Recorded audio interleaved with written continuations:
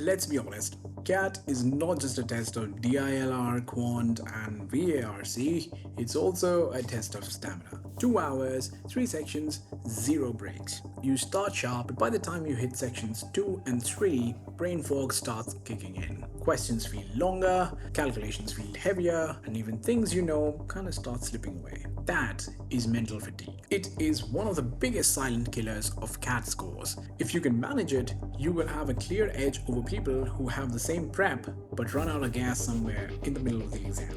This hit me hard in mocks. I would start extremely strong in VARC, survive DILR just thereabout, but by the time Quant rolled in, my brain was done. Simple arithmetic needed double checking, reading speed tanked, and decision making slowed. My situation was worse because Quant was my weakest section. Back in my day, CAT used to be a 3-hour exam, so yeah, my situation was hell. Quant तक आते आते हालत ऐसी हो चुकी होती थी कि ट्रेन ए से बी जा रही है, ये लाइन 3 बार पढ़नी पड़ती थी just to be sure कि सही पढ़ा है. That's when I realized the problem wasn't syllabus coverage, it was stamina. CAT is not 3 40-minute tests, it is 120-minute endurance test. If you don't manage your energy across these sections, the exam is going to punish you.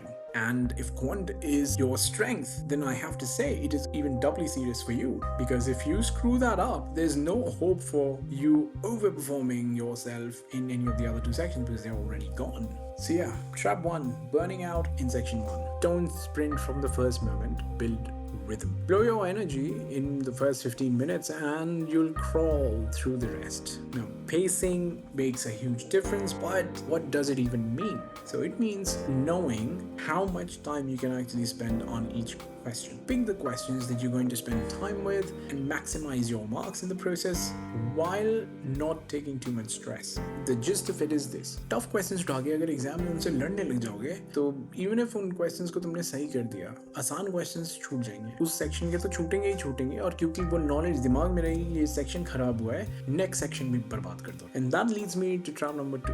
Carrying baggage from one section to another. VRC did not go well, forget it.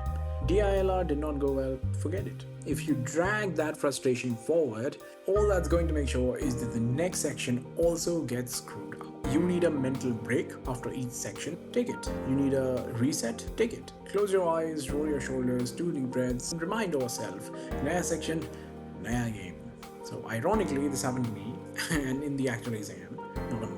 And VARC, which used to be my strength, did not go as planned. So yeah, it was this mental reset that I actually did that allowed me to cover the gap in DILR and Quant. Had I lost hope there and let that frustration continue forward, I would have lost. I would not have cracked the exam. So you have to let it go. You must be wondering, bhai bolna to aasan hai, but kiya kaise? So that brings me to the next thing. Not simulating exam fatigue in mocks. Too many people practice sectional. So, well, today is VARC day, today is DILR day, today I'm going to do Quant, so I'm giving a sectional on that. Well, okay, sure. Initially you can do that because it really helps you hone in on one particular thing and get it right. Nothing bad with it, not against it. But now, 60 days to CAT, that is not the way to build stamina. That is not the way to build stamina because in the exam you don't really get any fresh starts, only one. And that's why full-length mocks actually matter. So when you review them, don't just analyze questions, analyze your energy.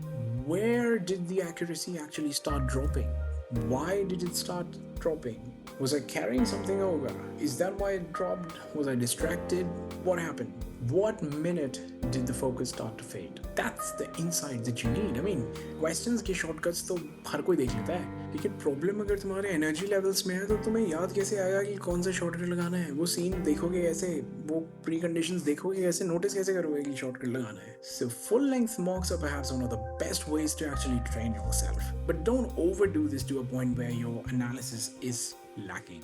I know I did not answer your question about bhai to reset karte kaise ho? There are 2 parts of that. One has to do with the mocks that I just talked about. Once you start seeing kaise energy tumhari drop hoti hai, you will also realize that in one of those mocks, you will also realize the ways you dealt beautifully when one section's kind of screwed up. You will start inculcating those learnings, and one of the ways in which you can do so is micro resets. जब मेरा VARC section खराब हुआ था, DILR शुरू हो गया था, but actual question पढ़ने से पहले ही मैंने 1 मिनट तक हेड डाउन किया था। एंड आसपास के लोग देखना शुरू कर दिया था सबने मेरे को, and they were like probably I imagine they were thinking beautiful things about themselves in their prep and all that. But what was going in my head was actually the opposite. I was not putting my head down because I was despairing and I was like, oh shit, अब तो गया यार exam, तो कबाड़ा हो गया, 1 साल और down the drain, shit.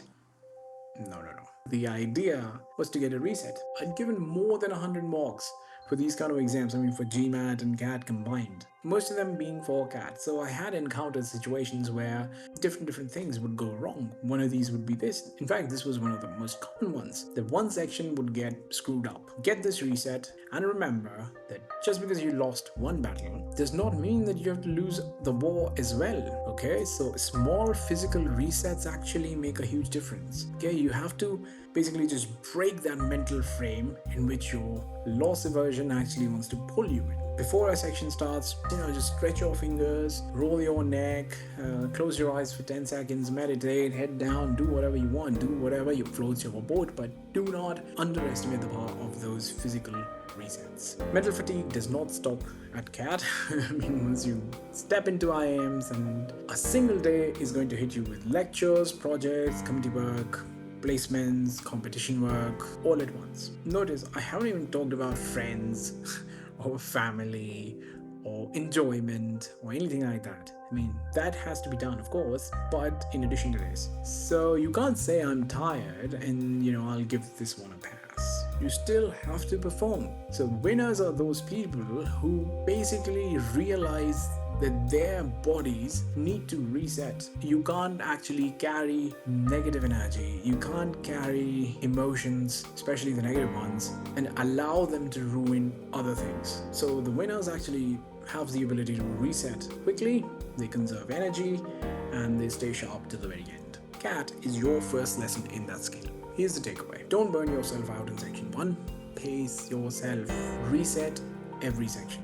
Naya section, naya game. This is about a mental reset, but at the same time, there also has to be a physical one to reinforce the mental reset. And then use full-length mocks to train your stamina, not sectionals. You can give sectionals. I'm not against sectionals, okay? You can give them, but not at the cost of full-length mocks. CAT is an exam that is not about who knows the most, but rather who can execute the best in those 2 hours. Beat fatigue and you will beat most of the room, if not all. So if this helped, share it with someone who is struggling with mental fatigue, which is going to be a lot of people, and subscribe for the next video, in which I will share more suggestions and advice based on my lived experience and of those who I know closely, so you can avoid our mistakes.